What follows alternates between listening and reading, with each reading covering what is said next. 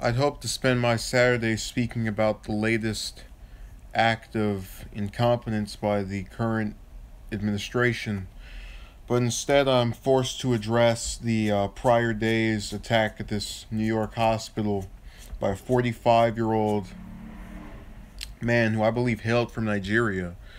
To give you some of his background, that was fired 2 years prior after a sexual harassment allegation and was then reinstated. Apparently, when he went up there, he had his gun within his lab coat, hid it through there, um, went to the same group that was in charge of him or was related to him, randomly shot this female doctor who was not involved, but was in the wrong place at the wrong time. 32-year-old young lady, and he barricaded himself in a room and set himself on ablaze. Now, the other thing to take away from this is that there was a male doctor who reportedly was the target of the attack. Said that he was fired because they thought he was kind of crazy, and that the man told him he would kill them when he left, and apparently followed through on his word.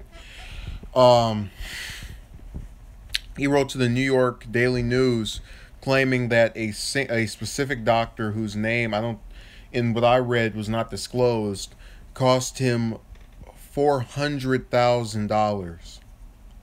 This how this one doctor was able to do that, I'm not sure. Maybe he's referring to being fired and that was his salary. It's anybody's guess. So the big things to take away from this are that I got flashbacks to when Mayor Moscone and Harvey Milk were killed by, I think, yeah, Dan White, the supervisor, and him hiding his weapon and his going after them that way.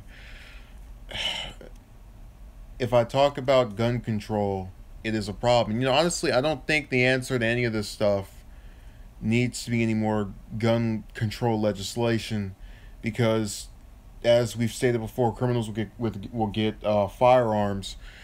We really need to boost the security of these places. We need to have officers protecting the doctors and the patients.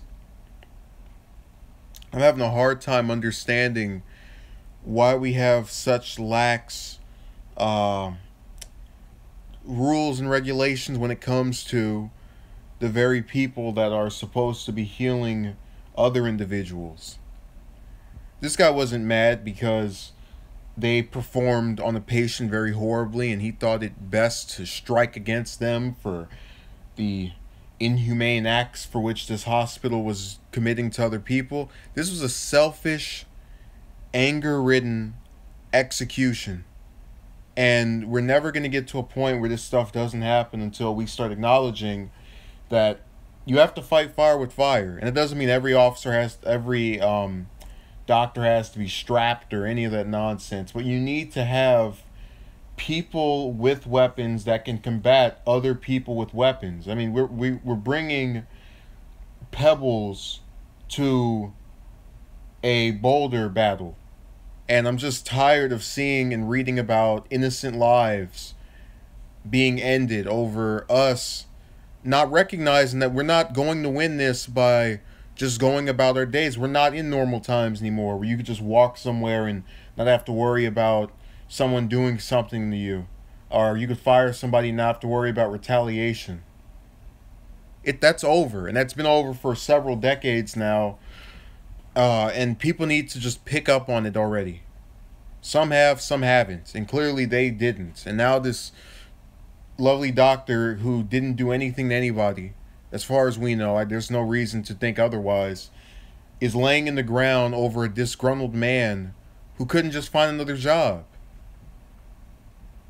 I can't stand this. I really get grossed out every time I wake up and turn to hear a story, and then, oh look, here's something else about it that is behooving. I wake up this morning and they're talking about this Arkansas, these 20 plus people that got seriously injured by gunfire at this nightclub over there. You know, it's happening on a regular basis, and it doesn't need to be.